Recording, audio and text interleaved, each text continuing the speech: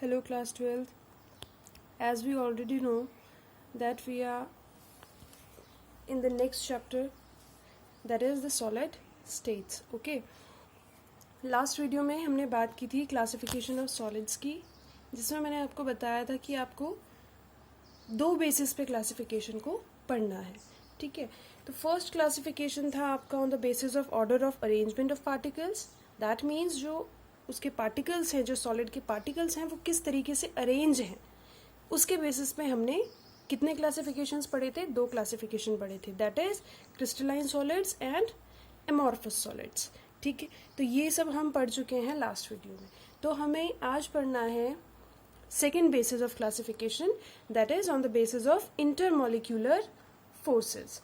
ठीक है. तो इंटरमॉलिक्यूलर फोर्सेस के बेसिस पे आज हम जो क्लासिफिकेशन पढ़ेंगे उसमें आपके आते हैं चार सॉलिड्स. कौन कौन से? आयनिक solids, covalent solids, metallic solids and molecular solids. देखिए, काफ़ी सारे तो आपको नाम से पता चल रहे होंगे. That is ionic solids, covalent solids. ये आयनिक सॉलिड्स मतलब जिसमें आयनिक बॉन्ड्स होंगे. ठीक है. कोवलेंट सॉलिड्स जो कोवलेंटली बॉन्डेड होंगे. तो इन्हें हम डिटेल में पढ़ेंगे. ठीक है. तो सिंपली ये समझिए, ये बेसिस है किसका? Intermolecular forces. दैट मीन्स जो पार्टिकल्स हैं उनमें आपस में किस टाइप का फोर्स लग रहा है, उस बेसिस पे हमने सॉलिड्स को क्लासिफाई किया है चार ग्रुप्स में. That is ionic solids, covalent solids, metallic and molecular solids. Okay. So let's start. First is your ionic solid. So ionic solid क्या होते हैं आपके? आयनिक सॉलिड नाम से ही पता चल रहा है, जिसमें क्या होंगे? आयंस प्रेजेंट होंगे. और आपको बहुत अच्छे से पता है जो आयंस होते हैं वो कौन कौन से होते हैं? केटायंस और एनायंस. ठीक है. तो जो केटायंस और एनायंस हैं, that means positively charge and तो नेगेटिवली चार्ज जो आयंस है हमारे पास, उनमें क्या होता है? एक पॉजिटिव है, एक नेगेटिव है, तो दोनों के बीच में एक टाइप की फोर्स लगेगी. They will attract each other. तो उस फोर्स को हम क्या बोलते हैं? Electrostatic force. तो इलेक्ट्रोस्टैटिकली जब केटायन और एनायन बाइंड होते हैं तो उसे हम बोलते हैं आयनिक बॉन्ड. ठीक है. जैसे कि आपका NaCl में होता है, Na positive and Cl negative के बीच में इलेक्ट्रोस्टैटिक फोर्स लगता है और उसी को हम क्या बोलते हैं? That ions are ionically bonded. Okay. तो आयनिक सॉलिड्स क्या होंगे? जिसमें जो मॉलिक्यूल्स हैं वो किस तरीके से बॉन्डेड होंगे? आयनिक बॉन्डिंग होगी जिनमें. ठीक है. तो उन्हीं को आप क्या कहते हैं? आयनिक सॉलिड्स. नेक्स्ट प्रॉपर्टी क्या होती है आयनिक सॉलिड्स की? आयनिक सॉलिड की प्रॉपर्टी होती है they are hard and brittle. क्या होते हैं ये? हार्ड होते हैं और ब्रिटल होते हैं. ब्रिटल मतलब जो कि इजीली ब्रेक हो सकते हैं. ठीक है. Next is high melting point.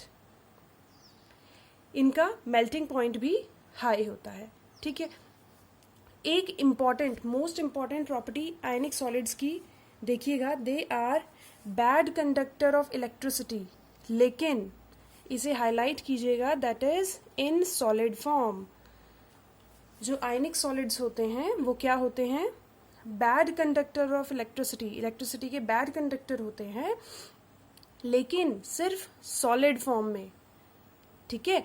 अब देखिए, सबसे पहले तो ये कॉन्सेप्ट समझिएगा कि कंडक्टिविटी रिलेट किससे करती है. कंडक्टिविटी के लिए एसेंशियल पार्ट क्या है?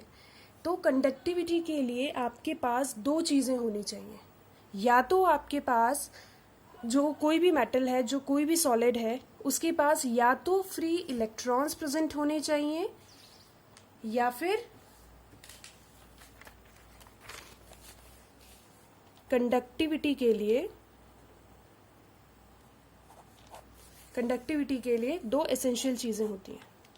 इधर फ्री इलेक्ट्रॉन्स और फ्री आयंस. या तो फ्री इलेक्ट्रॉन्स हो या तो फ्री आयंस हो. अगर फ्री इलेक्ट्रॉन्स या फ्री आयंस नहीं है, दैट मीन्स वो कंडक्टिविटी में वो जो भी मेटल है, जो भी आपका सॉलिड है, वो क्या होगा? बैड कंडक्टर होगा. ठीक है. तो ये दो चीजें, इन दोनों में से कोई भी एक चीज होनी चाहिए. फाइन. तो यहाँ देखिए, they are bad conductor of electricity, लेकिन सॉलिड फॉर्म में। ऐसा क्यों होता है? क्योंकि ये जो है सॉलिड फॉर्म में एक दूसरे से आयनिकली बॉन्डेड होते हैं, इनके बीच में आयनिक बॉन्ड होता है। अब जो ये आयंस तो इसमें ऑलरेडी प्रेजेंट है, लेकिन ये जो आयंस हैं ये फ्री फॉर्म में नहीं है, यानी मोबाइल फेज में नहीं है। दैट मीन्स ये क्या होंगे? बैड कंडक्टर होंगे, ठीक है। लेकिन अगर आप NaCl को मेल्ट कर दोगे, मॉल्टन स्टेट में ले आओगे, तब क्या होगा? They becomes good conductor. Ionic solids in their aqueous form और molten form they become good conductor. अब यहाँ पे मॉल्टन स्टेट में ये गुड कंडक्टर क्यों हो जा रहे हैं? वही सेम चीज, वही सेम प्रॉपर्टी। कंडक्टिविटी के लिए हमें क्या चाहिए होता है? इधर फ्री इलेक्ट्रॉन्स और फ्री आयंस। यहाँ पे फ्री इलेक्ट्रॉन्स नहीं प्रेजेंट है, लेकिन यहाँ पे फ्री आयंस प्रेजेंट हैं। मॉल्टन स्टेट में क्या होगा? जो NaCl है that will break into Na positive and Cl negative. तो क्या होगा? Na पॉजिटिव और Cl नेगेटिव में जैसे ही ब्रेक होगा तो आपको फ्री आयंस मिल गए। जब आपको फ्री आयंस मिल गए तो वो ऑलरेडी क्या हो जाएंगे? गुड कंडक्टर ऑफ इलेक्ट्रिसिटी, ठीक है। जबकि सॉलिड स्टेट में क्या होता है? सॉलिड फॉर्म में क्या होता है? Na पॉजिटिव और Cl negative will be bind together with a ionic bond. वो आयनिक बॉन्ड में होते हैं और फ्री फॉर्म में ना होने की वजह से उनकी कंडक्टिविटी नहीं होती है। ओके, तो यहाँ देखिए क्या लिखा है? Conductivity depends on free ions और फ्री इलेक्ट्रॉन्स, ठीक है। तो ionic solids in their molten state और in aqueous form becomes good conductor. Okay, तो ये प्रॉपर्टी है आपकी किसकी? आयनिक सॉलिड की। एक चीज नोट कीजिएगा, अगर हम इसी चीज को, जो अभी मैंने आपको कंडक्टिविटी का जो कॉन्सेप्ट बताया, इसी से रिलेटेड है, आप इसे ये भी कह सकते हैं, अगर आप टेम्परेचर इंक्रीज कर दें आयनिक सॉलिड्स का अगर आप टेम्परेचर इंक्रीज कर दें तब भी इनकी कंडक्टिविटी इंक्रीज हो जाती है। ऐसा क्यों होता है? क्योंकि जो सॉलिड्स हैं वो ऑटोमेटिकली किस फेज में आ जाएंगे? जैसे ही आप आपके इसका टेम्परेचर इंक्रीज करेंगे तो ये किस में आ जाएंगे? मॉल्टन फेज में आने लग जाएंगे। और जब मॉल्टन फेज में आएंगे तो automatically the ions become free and automatically conductivity will increase, isn't it? तो ये हो गया आपका आयनिक सॉलिड्स कंप्लीट। नेक्स्ट है आपका कोवेलेंट सॉलिड्स। अब देखिए, कोवेलेंट भी आपको नाम से पता चल रहा है, कोवेलेंट सॉलिड्स। तो कोवेलेंट सॉलिड्स जो होते हैं आपके, they are non metallic type. ये क्या होते हैं? नॉन मेटालिक टाइप सॉलिड्स होते हैं जिनमें कोवेलेंट बॉन्ड होता है, जिनमें जो मॉलिक्यूल्स होते हैं वो किस तरीके से बाइंड होते हैं? कोवेलेंटली बॉन्डेड होते हैं। जिनमें जो एटम्स होते हैं वो किस तरीके से बॉन्डेड होते हैं? Covalently bonded. अब कोवेलेंटली बॉन्डेड का क्या मतलब है? कोवेलेंट बॉन्ड्स आपको पता है किस तरीके से बनते हैं? By sharing of electrons. That means sharing of electron से ये जो एटम्स हैं, इनके जो एटम्स हैं वो शेयरिंग ऑफ इलेक्ट्रॉन से बॉन्ड फॉर्म करते हैं। अब इनके जो हैं दो बहुत ही इंपॉर्टेंट एग्जाम्पल्स हम पढ़ेंगे, that is diamond and graphite.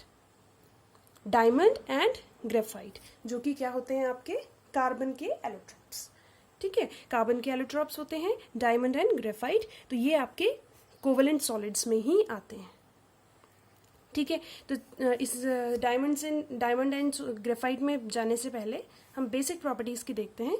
सबसे पहली चीज, दे आर हार्डेस्ट सॉलिड्स। ये क्या होते हैं? हार्डेस्ट सॉलिड्स होते हैं and brittle in nature. Hardest solids हैं तो क्या होंगे? High melting point and boiling point. इनका मेल्टिंग पॉइंट और boiling point will be high. They decompose way before reaching the boiling point. जैसे कि मैंने आपको बताया था, एक मैंने बताया था आपको शार्प मेल्टिंग पॉइंट, एक मैंने रेंज के बारे में बताया था, है ना। तो उसी तरीके से है, देखिएगा, दे decompose way before reaching the boiling point. ये क्या होते हैं? बॉइलिंग पॉइंट रीच करने से पहले ही डिकम्पोज होना स्टार्ट हो जाते हैं, ठीक है। तो ये क्या होते हैं? बॉइलिंग पॉइंट रीच करने से पहले ही डिकम्पोज होना स्टार्ट हो जाते हैं। Fine, they have high melting and boiling point. इतना आया समझ में। नेक्स्ट चलते हैं। नेक्स्ट इज कोवेलेंट सॉलिड्स जो होते हैं ये जाइंट मॉलिक्यूल्स फॉर्म करते हैं. अब कोवेलेंट बॉन्ड हो रहा है, शेयरिंग ऑफ इलेक्ट्रॉन से फॉर्म हो रहा है, तो ये क्या करते हैं, इसमें layer by atom by atom bind होते जाते हैं और एक जाइंट मॉलिक्यूल फॉर्म करते हैं. जिस तरीके से हम पढ़ते हैं ग्रेफाइट और जो डायमंड होता है आपका क्या होता है, एक जाइंट मॉलिक्यूल होता है. ओके. एक और चीज इसमें इंपॉर्टेंट है कि ये जो होते हैं bad conductor of heat and electricity होते हैं. अब वही चीज आ जाएगी इसमें कि क्यों ये bad conductor of electricity and heat होंगे, बिकॉज इनमें फ्री इलेक्ट्रॉन्स प्रेजेंट नहीं होते. ठीक है. अच्छा, एक और चीज इसमें मैं डायमंड और ग्रेफाइट दोनों की बात नहीं कर रही हूँ, जस्ट ये जनरल बात बता रही हूँ कोवेलेंट सॉलिड्स की. ठीक है. तो कोवेलेंट सॉलिड्स में क्या होंगे, जब कोवेलेंटली बॉन्डेड होंगे that means sharing of electrons से जब इलेक्ट्रॉन्स ये आपस में शेयर कर देंगे तो इनके पास फ्री इलेक्ट्रॉन्स नहीं बचेंगे. ओके. तो इसमें क्या होती है, bad conductor of heat and electricity. These solids are bad conductor of heat and electricity. Okay. Do not have free electrons. इनमें क्या होते हैं, फ्री इलेक्ट्रॉन्स प्रेजेंट नहीं होते. ठीक है. तो कोवेलेंट सॉलिड्स के हम दो एग्जांपल्स देखते हैं, that is diamond and graphite. तो सबसे पहले देखिएगा डायमंड. क्लास 11th में हमने केमिकल बॉन्डिंग पढ़ा था. तो केमिकल बॉन्डिंग में हमने डिफरेंट शेप्स पढ़े थे, डिफरेंट स्ट्रक्चर्स पढ़े थे, है ना. तो उसमें से हमने पढ़ा था टेट्राहेड्रल स्ट्रक्चर, जिसमें हाइब्रिडाइजेशन क्या होती है, sp3 हाइब्रिडाइजेशन. ठीक है. तो इसी तरीके से डायमंड में होता है sp3 हाइब्रिडाइजेशन. ठीक है. तो देखिएगा, ये कार्बन दूसरे कार्बन से कोवेलेंटली बॉन्डेड है, शेयरिंग ऑफ इलेक्ट्रॉन कर रहे हैं, जिसकी वजह से इनके बीच में बॉन्ड बन रहा है. इसी तरीके से बाकी कार्बन से भी ये कोवेलेंटली बॉन्डेड है. ठीक है. अब देखिए, ये जो है स्ट्रक्चर, इसे हम क्या बोलते हैं, टेट्राहेड्रल स्ट्रक्चर बोलते हैं, जो इस तरीके का स्ट्रक्चर होता है. अगर आपको याद हो तो क्लास 11th में हमने पढ़ा था, ये होता है आपका टेट्राहेड्रल स्ट्रक्चर. ठीक है. तो टेट्राहेड्रल स्ट्रक्चर और हाइब्रिडाइजेशन क्या होगी, hybridisation will be sp3. Okay. Hybridisation क्या होगी, sp3 हाइब्रिडाइजेशन होती है. और जो डायमंड होता है वो बैड कंडक्टर होता है, क्योंकि आपको पता है कार्बन में कितने इलेक्ट्रॉन्स होते हैं, आउटरमोस्ट में 4 इलेक्ट्रॉन्स प्रेजेंट होते हैं और ये 4 कार्बन के साथ बॉन्डेड है. ठीक है. अच्छा, ये सिर्फ डायमंड का एक छोटा स्ट्रक्चर, एक छोटी यूनिट बता रही हूँ मैं. ठीक है. इसी तरीके से ये कार्बन भी बाकी 3 कार्बन के साथ अटैच होगा, ये भी बाकी 3 कार्बन के साथ, ये भी बाकी 3 कार्बन के साथ अटैच होगा. इसी तरीके से ये एक बड़ा नेटवर्क फॉर्म करते हैं. ठीक है. तो एक छोटी सी यूनिट मैं आपको इसमें बता रही हूँ. तो क्या बोला मैंने, ये होते हैं बैड कंडक्टर. बैड कंडक्टर क्यों होते हैं, क्योंकि कार्बन जो है, कार्बन के पास 4 इलेक्ट्रॉन्स होते हैं आउटरमोस्ट में और चारों उसने कोवेलेंट बॉन्डिंग में पार्टिसिपेट कर लिया, जिसकी वजह से इसके पास फ्री इलेक्ट्रॉन्स नहीं बचे, और आयन फ्री तो उसमें हो ही नहीं सकते. ठीक है. इसीलिए ये क्या होते हैं, bad conductor of heat and electricity. Fine. अब अगर हम स्पेसिफिकली डायमंड की बात करें तो डायमंड आपका हार्डेस्ट सब्सटेंस होता है. ये क्या होता है, हार्डेस्ट सब्सटेंस होता है, क्योंकि इसमें कोवेलेंट बॉन्डिंग होती है और ये कोवेलेंट बॉन्डिंग एक लॉन्ग नेटवर्क फॉर्म में होती है. दैट मीन्स ये तो एक छोटी यूनिट है, इसी तरीके से ये पर्टिकुलर कार्बन 3 बॉन्ड्स फॉर्म कर रहा होगा, उसी तरीके से फर्दर ऑन ये चेन चलती जाएगी और ये एक बहुत ही बड़ा नेटवर्क फॉर्म करते हैं. ठीक है. ये हो गया डायमंड. अब आते हैं हम ग्रेफाइट पे. ग्रेफाइट जो है एक एक्सेप्शनल बिहेवियर शो करता है. अब देखिए किस तरीके से एक्सेप्शनल बिहेवियर शो करता है. मैंने आपको बताया था जो कोवेलेंट सॉलिड्स होते हैं, कोवेलेंट सॉलिड्स क्या होते हैं, हार्ड सॉलिड्स होते हैं, हार्डेस्ट सॉलिड्स होते हैं. ठीक है. जबकि हम ग्रेफाइट देखते हैं, ग्रेफाइट क्या होता है, बहुत ही सॉफ्ट होता है. ठीक है. यूजुअली जो सॉलिड्स होते हैं they are bad conductor of heat and electricity, जो कि यहाँ नोट बना के भी हमने लिखा था that they are bad conductor of heat and electricity. लेकिन जो ग्रेफाइट है exceptionally good conductor of heat and electricity होता है. ये गुड कंडक्टर क्यों होता है, देखिएगा. इसमें जो है सबसे पहले ये सब जानने के लिए हमें देखना पड़ेगा इसका स्ट्रक्चर। ग्रेफाइट का स्ट्रक्चर देखिएगा लेयर फॉर्म में होता है। तो ये देखिए, ये कुछ इस तरीके की लेयर बन रही है, ठीक है। ये कार्बन्स हैं और ये एक दो लेयर्स फॉर्म कर रहे हैं और आपस में इन दो लेयर्स की बॉन्डिंग ये डॉटेड लाइन से मैंने शो की है। तो ये क्या है, एक लेयर्ड फॉर्म में है, ठीक है। अब एक और चीज, ये गुड कंडक्टर कैसे हो जाते हैं जब हमें पता है कि जो कोवेलेंट सॉलिड्स होते हैं वो क्या होते हैं आपके बैड कंडक्टर। अब ये गुड कंडक्टर क्यों होंगे, वही कंडक्टिविटी में मैंने आपको बताया था कि फ्री इलेक्ट्रॉन्स इसमें प्रेजेंट होने चाहिए। अब फ्री इलेक्ट्रॉन्स यहाँ पे कैसे आएंगे, जब यहाँ पे कोवेलेंट बॉन्डिंग है तो फ्री इलेक्ट्रॉन्स कहाँ से आए। तो ध्यान से देखिएगा, ये कार्बन है, कार्बन के पास आपके 4 इलेक्ट्रॉन्स आउटरमोस्ट में होते हैं, लेकिन इसने बॉन्डिंग कितनों से की है, एक इससे, एक इससे और एक इससे। तो यानी कि इसने सिर्फ 3 से बॉन्डिंग की है और चौथा जो इसका इलेक्ट्रॉन है वो क्या होगा, फ्री इलेक्ट्रॉन होगा, और वो ही रिस्पॉन्सिबल होता है गुड कंडक्टिविटी के लिए, ठीक है। किसी भी कार्बन को आप देखिए तो ये 3 से बॉन्डेड होंगे, मैक्सिमम 3 इलेक्ट्रॉन से, 3 कार्बन से बॉन्डेड होंगे, और जो चौथा इलेक्ट्रॉन होगा that will be free, and which causes good conductivity of graphite, ठीक है। गुड कंडक्टिविटी तो हमने देख ली, लेकिन ये जो ग्रेफाइट होता है ये सॉफ्ट भी होता है, जबकि covalent solids are generally hard. अब ये सॉफ्ट क्यों होता है, सॉफ्ट इसकी स्ट्रक्चर की वजह से होता है। ये क्या होता है, लेयर फॉर्म में है तो इसे ब्रेक करना इजी होता है, ये बहुत ही सॉफ्ट होता है, ठीक है।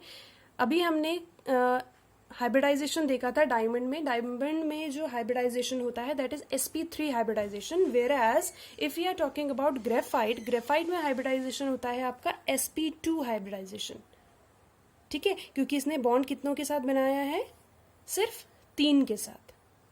तो क्या होगा इसका हाइब्रिडाइजेशन, sp2 हाइब्रिडाइजेशन, ठीक है। तो ये आपका हो गया कोवेलेंट सॉलिड्स कंप्लीट, ठीक है। तो कोवेलेंट सॉलिड्स में हमने क्या देखा, कोवेलेंट सॉलिड्स में हमने जनरली ये देखा कि usually they are hard, bad conductor of electricity and high melting and boiling point, but exception is there. Exception में आपका आएगा ग्रेफाइट, जो कि आपका गुड कंडक्टर होता है और सॉफ्ट होता है। उसके रीजंस क्या हैं हम ऑलरेडी देख चुके हैं, ठीक है। तो ये आपका कंप्लीट हो गया कोवेलेंट सॉलिड्स। नेक्स्ट हम आते हैं next 2 types of solids, these are metallic solids and molecular solids, ठीक है। तो मेटालिक सॉलिड्स देखिएगा, मेटालिक सॉलिड्स क्या होते हैं, it is a orderly collection of free electrons. Metallic solids, metals जो होते हैं, मेटल्स की प्रॉपर्टी होती है कंडक्ट करने की। Metals are good conductor of heat and electricity, ठीक है। अब ये गुड कंडक्टिविटी किस तरीके से आएगी, गुड कंडक्टिविटी आएगी, it must have free electrons, इनमें क्या होने चाहिए, फ्री इलेक्ट्रॉन्स प्रेजेंट होने चाहिए। तो जो मेटालिक सॉलिड्स हैं उनमें भी क्या होते हैं, फ्री इलेक्ट्रॉन्स प्रेजेंट होते हैं, जैसे कि आप फर्स्ट पॉइंट देख रहे हैं, it is orderly collection of free electrons, okay.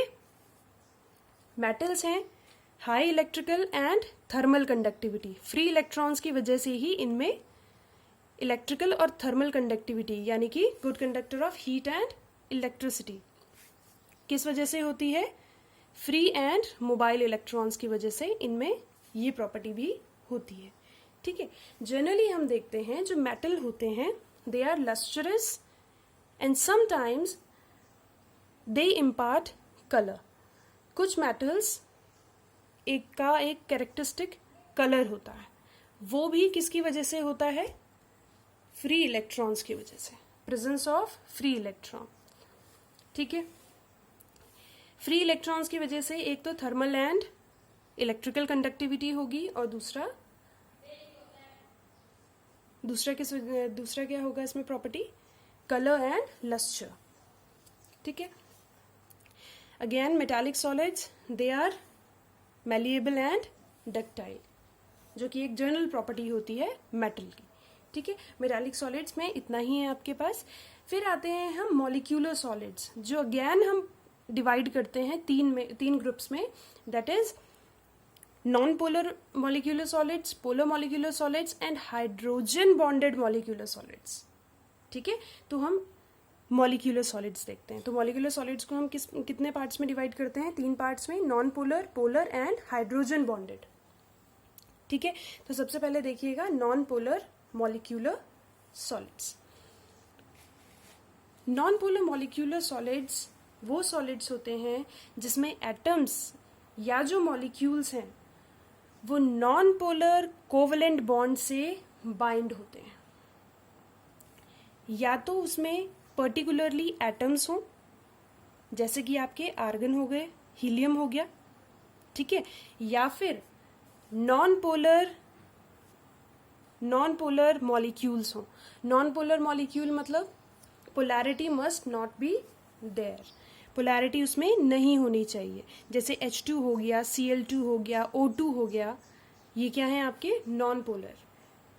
ठीक है, और इनमें बॉन्डिंग किस तरीके की होती है? आप H2 देखिएगा, इसमें एक covalent bond, sharing of electron से बॉन्डिंग फॉर्म हो रही है। इसी तरीके से Cl2 में, ठीक है, तो या तो they are formed by atoms, या तो एटम से बने होंगे जैसे आर्गन और हीलियम, ठीक है, और द मॉलिक्यूल्स, अगर मॉलिक्यूल्स हैं तो मॉलिक्यूल्स किस तरीके से बॉन्डेड होने चाहिए? कोवलेंटली बॉन्डेड होने चाहिए।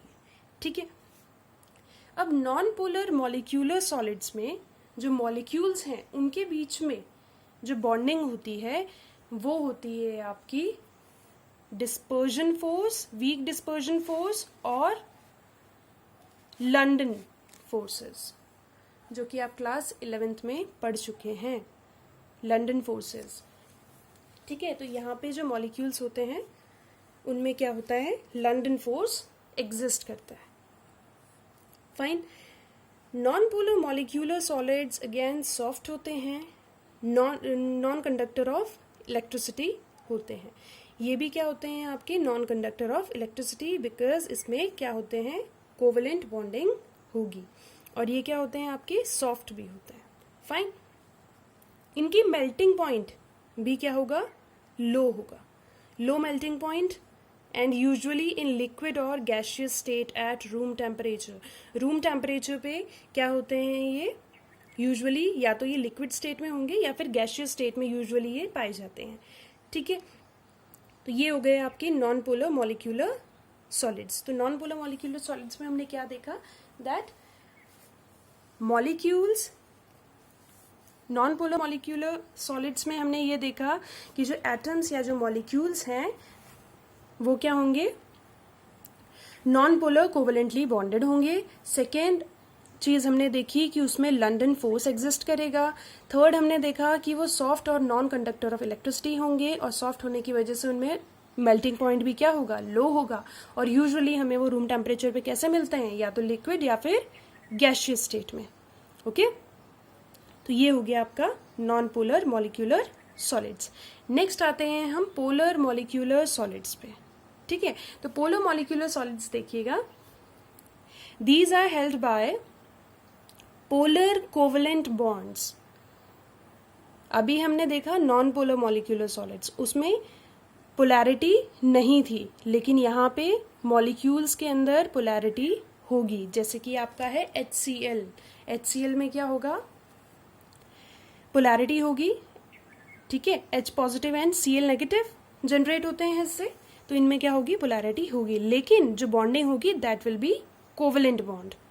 और नॉन पोलर में भी हमने देखा था कि कोवलेंटली बॉन्डेड ही थे, जो मॉलिक्यूल्स, जो एटम्स थे वो क्या थे? कोवलेंटली बॉन्डेड थे। फाइन, तो पोलर मॉलिक्यूलर सॉलिड्स में क्या होगा? पोलर मॉलिक्यूलर सॉलिड्स भी आपके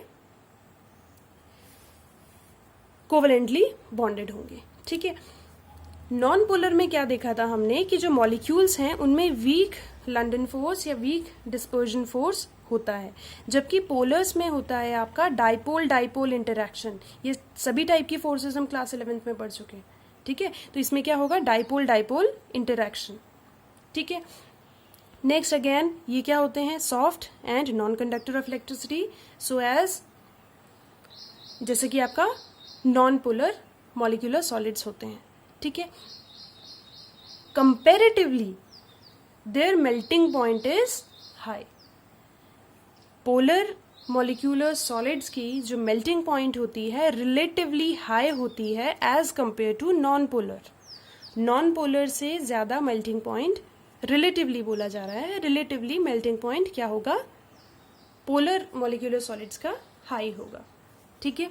तो ये भी आपका कंप्लीट हो गया polar molecular solids. Last one is your hydrogen bonded molecular solids.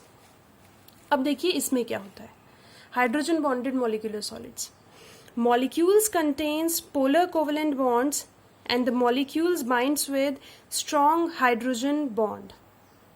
जो molecules होते हैं उनमें polar covalent bond होता है सबसे पहले, ठीक है। उनमें क्या होता है, polar covalent bond, यानी कि जो molecules बन रहे हैं वो किससे बनेंगे, polar covalent bond से बनेंगे। सेकेंड चीज क्या होगी, जो मॉलिक्यूल्स हैं वो आपस में बाइंड किस तरीके से होंगे, तो वो आपस में बाइंड होंगे थ्रू हाइड्रोजन बॉन्डिंग, जैसे कि आपका होता है वाटर मॉलिक्यूल, ठीक है। वाटर मॉलिक्यूल अगर हम देखें तो वाटर मॉलिक्यूल के अंदर जो H और O है वो क्या होते हैं, कोवलेंटली बॉन्डेड होते हैं, पोलैरिटी होती है तो पोलर कोवलेंट बॉन्ड बोलेंगे उसे हम। लेकिन जो दो वाटर मॉलिक्यूल्स हैं वो आपस में बाइंड किस तरीके से होते हैं, थ्रू हाइड्रोजन बॉन्ड, ठीक है। तो जो ऑक्सीजन है वो किसके साथ, दूसरे मॉलिक्यूल के हाइड्रोजन के साथ बॉन्डिंग क्रिएट करता है, जिसे हम क्या बोलते हैं, हाइड्रोजन बॉन्डिंग, ठीक है। अगेन ये क्या होते हैं, non conductor of electricity. And the last point is volatile liquids और soft solids. Hydrogen bonded molecular solids are generally volatile liquids. ये क्या होते हैं, वॉलेटाइल लिक्विड्स होते हैं या फिर सॉफ्ट सॉलिड्स में प्रेजेंट होते हैं, सॉफ्ट सॉलिड्स के फॉर्म में प्रेजेंट होते हैं, ठीक है। तो ये आपका कंप्लीट हो गया आज क्लासिफिकेशन ऑफ सॉलिड्स, जिसमें हमने सेकेंड बेसिस के बारे में आज बात की, that is your on the basis of intermolecular forces, जिसमें हमने कौन कौन सी फोर्सेस पढ़ी, 4 फोर्सेस पढ़ी, molecular solids, metallic solids and ionic and covalent solids, ठीक है। मॉलिक्यूलर सॉलिड्स में भी हमने 3 पार्ट्स पढ़े, non polar, polar and hydrogen bonded, okay.